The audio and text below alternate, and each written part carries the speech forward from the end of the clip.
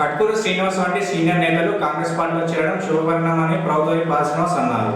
వేములవాడకు చెందిన senior BRS నాయకుడు cooption సభ్యునిగా పనిచేసిన కట్కూరి శ్రీనివాస్ ప్రభుత్వ పాది శ్రీనివాస్ సమక్షంలో శనివారం రోజున కాంగ్రెస్ పార్టీ తీర్థం పుచ్చుకున్నారు. వేములవాడ పట్టణంలోని కాంగ్రెస్ పార్టీ కార్యాలయంలో జరిగిన కార్యక్రమంలో ఆయన చేరిన సందర్భంగా ఆయనకు కాంగ్రెస్ పార్టీ కండువా కప్పి సాదరంగా పార్టీలోకి ఆహ్వానించారు. కాంగ్రెస్ ప్రభుత్వం చేపడుతున్న అభివృద్ధి సంక్షేమ పథకాలు తనను ఆకట్టుకున్నాయని, ప్రజల కోసం మరింతగా పనిచేసేందుకే కాంగ్రెస్ పార్టీలో చేరుతున్నానని సందర్భంగా పేర్కొంటూ దాదాపు 200 మంది అనుచరులతో కాంగ్రెస్ గూటికి చేరారు. కాగా కట్కూరు శ్రీనివాస్ చేరిక పట్టణ రాజకీయాల్లో హాట్ టాపిక్గా మారింది. ప్రజల మద్దతుతో కాంగ్రెస్ పార్టీని మరింత బలంగా తీర్చిదిద్దుతారని ఈ సందర్భంగా ఆది శ్రీనివాస్ పేర్కొన్నారు.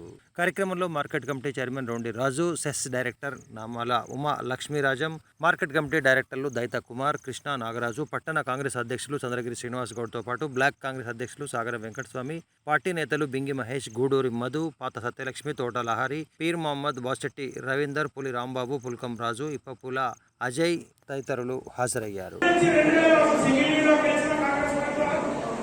2001 నుంచి 2005 వరకు ఈ ప్రాంతంలో టీఆర్ఎస్ కొత్త ముఖ్య పార్టీ విపరీతమైన గాలి.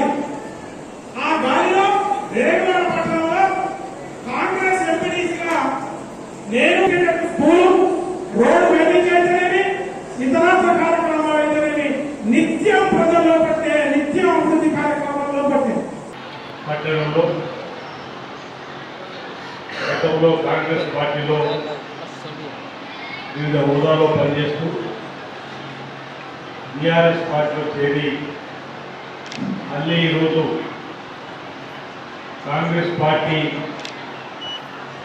ఇందిరమ్మ రాజ్యం గౌరవ ముఖ్యమంత్రి శ్రీ రేవంత్ రెడ్డి గారు చేసినటువంటి సంక్షేమ కార్యక్రమాలు, అభివృద్ధి కార్యక్రమాలు తిరిగి మళ్ళీ నా పుట్టింటికి రావాలని చెప్పని ఆలోచన వచ్చే క్రమంలో ఏకకాలంలో ఒక సంవత్సరంలో 60,000 పైచలకు ఉద్యోగం వచ్చే సందర్భం ఎక్కడ కూడా లేదు. రైతులకు కూడా రుణమాఫీ 25,25,000 కుటుంబాలకు 20,650 కోట్ల రూపాయలు వన్ టోకెన్లో విడుదల చేసింది. రైతులు రుణవిముక్తి చేసి కొత్తగా రుణం తీసుకునే సందర్భం కూడా కాంగ్రెస్ పార్టీతో సాధ్యమైందన్నమాట.